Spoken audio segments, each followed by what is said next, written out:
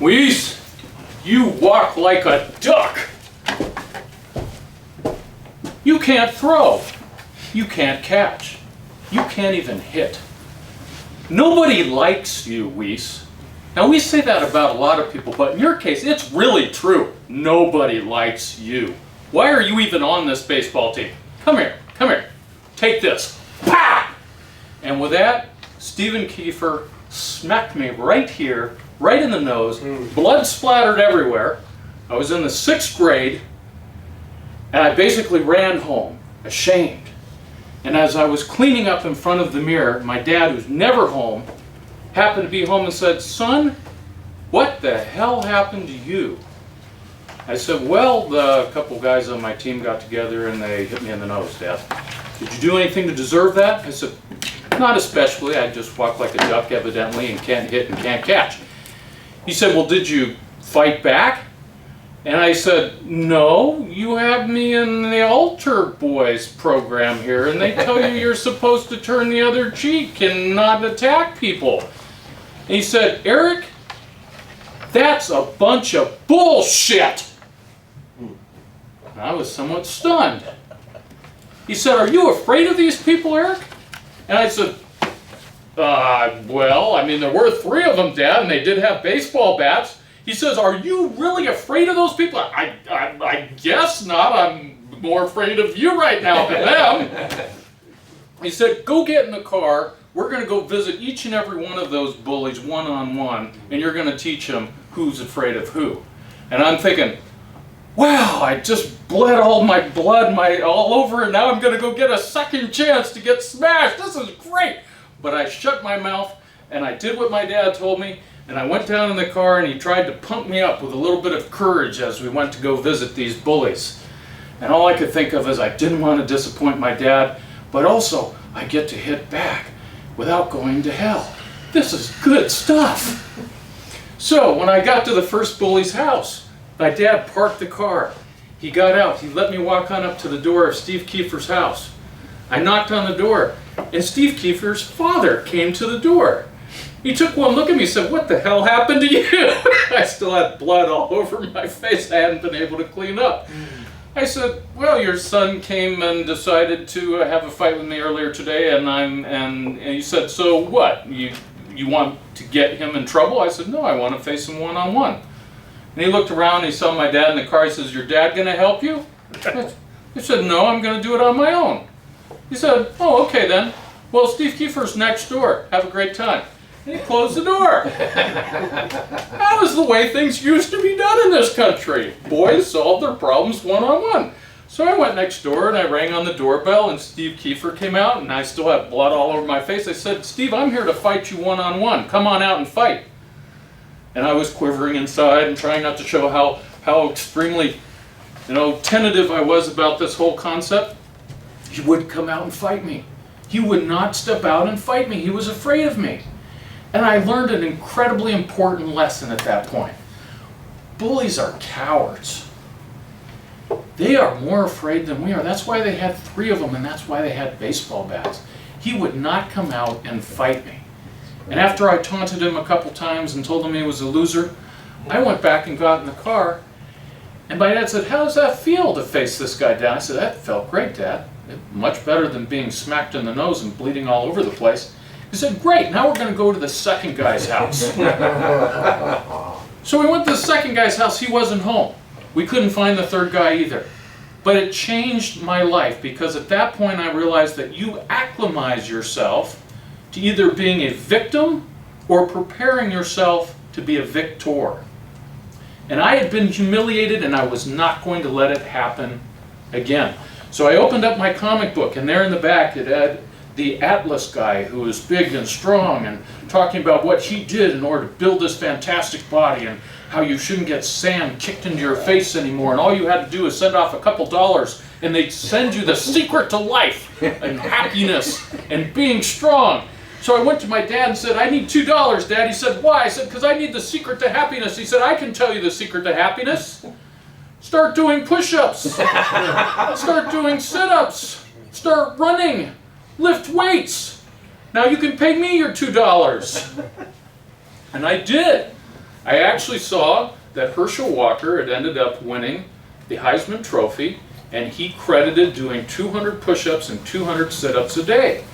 So if my dad could possibly be in agreement with Herschel, there must be some truth to what they were saying. So I built myself up. Even to this day, twice a week I do 200 push-ups and 200 sit-ups and 5 sets of 40 push-ups each and 5 sets of 40 sit-ups. And it changed my life. Preparation and some courage meant that the next 10 fights that I got into in my life, I did not lose any of those. One of them happened only 2 or 3 years ago, which I think I've shared with you guys. It makes a difference. To get humiliated as a child and decide you are not going to be a victim anymore, you're going to do what it takes to never be there again. And that humiliation is something a lot of our children don't get anymore because no bullying's allowed in school. They don't have the chance to choose to change their lives because they haven't had that emotional experience that tells them that they have to.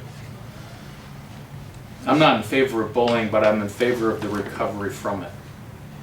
So I took that experience. I ended up being captain of the football team. I got to a point where I was good enough to be the captain of the football team. And I could tell you wonderful stories about brutalizing people on the football field, but I think that could take an entire 20 minutes to tell, so I will move beyond that and let you know that I took that experience and also put it into my academic career. And I decided that I was going to be a competitor, that I was going to compete. But moving on from that experience, I actually got into Harvard, early action. Nobody thought I was going to get in. They thought it was a myth. They thought no one ever goes there, no one ever gets in. It's just a myth that there's a school back east that people can go to. But I got in. I was so proud of myself. It's one of the 2 times in my life that my dad actually congratulated me. So I was very, very proud and excited on that. And then I went and found out that I was no longer exceptional. I had lived my entire life thinking that I was exceptional. And then you get to Harvard and you're surrounded by these geniuses everywhere. And you are no longer anything but average. It's a little tough. And then I had my German class where I got to repeat most of what I'd already learned in German. And then I went to go take my verbal final, having gotten an A- in the class, and I found out that I was there on the wrong day. That the verbal final had been the day before. So I didn't just get an F on that, I got a 0.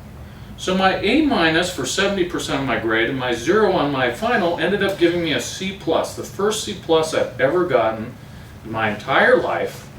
And this produced 13 years of nightmares where at least once a week I'd wake up in a sweat and a panic saying, I've got a test tomorrow and I haven't studied for it. Or worse yet, it was yesterday and I forgot about it. Oh no, I can go back to sleep. It was a crucible that was so intense, so harsh, so emotionally trying that for 13 years when I got out of college, I did not want to go to school again. But one of the things I learned, one of the best things about Harvard, was leaving Harvard and going to Wellesley. Wellesley is the girls' campus where all the women are, where I met my wife. I actually met her in Army ROTC. And I think I've told that story to you guys before. That was really funny. It was lust at first sight. I'm a true believer in lust at first sight. The love came later, but when I first saw her, there was no question. She was going to be mine. And so I moved on from wooing her and winning her and actually enjoying the time that I spent with her to trying to figure out what am I going to do as a career. And I had done College Pro Painters in one of these summers. I was going through the whole program of being a doctor, taking biology, chemistry, physics, all that stuff that's just so interesting. And yet I found out that my true calling was in running a business. I hired 23 employees, we painted 18 houses, I made $11,000 in the course of a summer. I worked 60-hour work weeks, I had paint underneath all of my fingernails all over the place. And I loved it. I absolutely loved it. And I figured out that as long as I fed my employees beer, they wouldn't quit on me. Beer was the secret to life. They would quit if you didn't give them beer. If you did, they could put up with me. So I gave out some beer, and they were all under 18. So that's why I pray so hard at night, because I know my soul needs it. So then I said, well, I'm not going to be a painter the rest of my life, and I read this book. It was called The Art of the Deal by this guy named Donald Trump. And I read this book way back 30 years ago before he became famous. He was already rich. He inherited a lot of his wealth, but he did a lot more with it than most people who inherit wealth, who do nothing but become addicts and spend it all frivolously.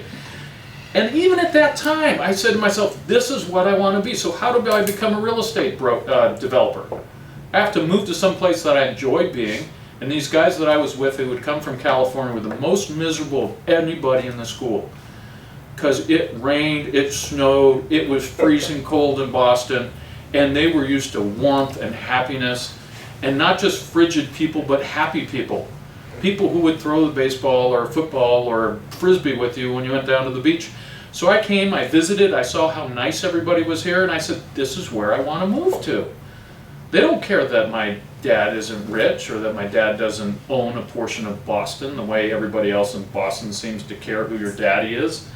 I'm moving here.